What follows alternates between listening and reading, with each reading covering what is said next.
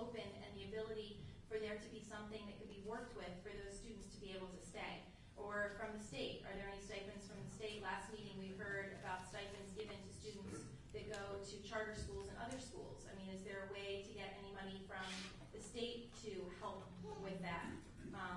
It just seems like it's cut and dry for RSU1. It doesn't seem like there's a relationship or a willingness to make some type of agreement upon it. It seems like you don't want to have to pay the whole tuition, and I get that, and I get the repercussions of that for the rest of RSU1. But where's the willingness to be open to make some type of agreement that all of the students that are here of choice, that we were given the choice, now would not be able to continue their education here? I think the willingness is there, and I think the parties plan on meeting again. But I think we walk a dangerous line if we have language that may allow that without being definitive about how we're going to accomplish it. Because it leaves you in the same position.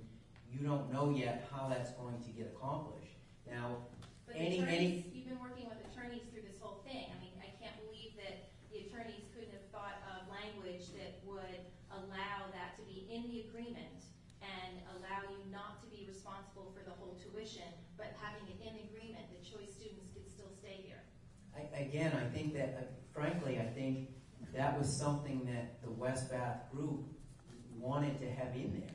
They wanted to have language, and I stated this at a couple other meetings, they wanted to have language in the agreement that basically said, philosophically, we feel that we would like to see those kids continue to go to West Bath.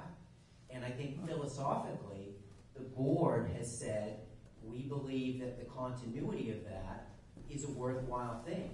We can state that here. We didn't feel that it was, we felt it was, the board felt it was deceptive to put that kind of language in an agreement if we didn't have the substance to support that statement. So whether an attorney comes up with language or West Bath comes up with language or the board comes up with language that says, hey, we believe this is a good thing, the hurdle we have to get over is how do we accomplish that good thing, but also looking at it in the context of what do the rest of our constituents feel and how does that impact the district.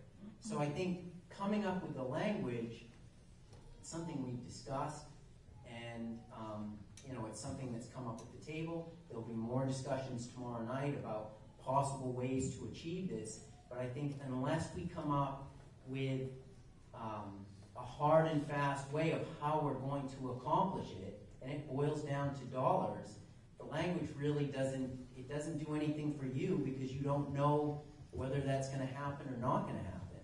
And it doesn't do anything for us because we don't know whether we can do it or can't do it.